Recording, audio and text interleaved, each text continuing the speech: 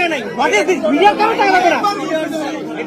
সারা দেশের মানুষ তাকাই থাকবে শুধু আপনাদের কাছে আমার বিবেচনা কিন্তু বুঝে এইভাবে তো ভাই এটা আপনারা হয় না। আপনারা যৌক্তিক ভাবে বের হয়ে যান। আপনাদের জায়গায় আমি থাকলে আমি হয়তো থাকতাম না, বের হয়ে যেতাম। তারপর আল্লাহর রাস্তায়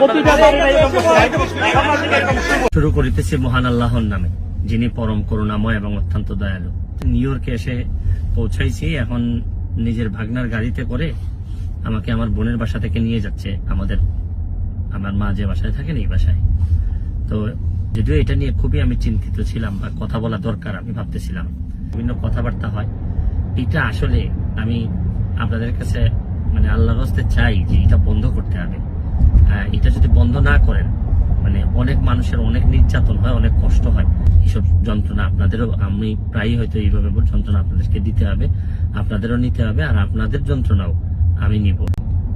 বিদেশে এসেও যে খুব বেশি এইসব চিন্তায় যে শান্তি দেয় তা না, কিছু অশান্তি নিয়ে মনে হয় বাকি জীবন পর্যন্ত, একেবারে কবর পর্যন্ত এরকম অশান্তি নিয়ে যেতে হবে।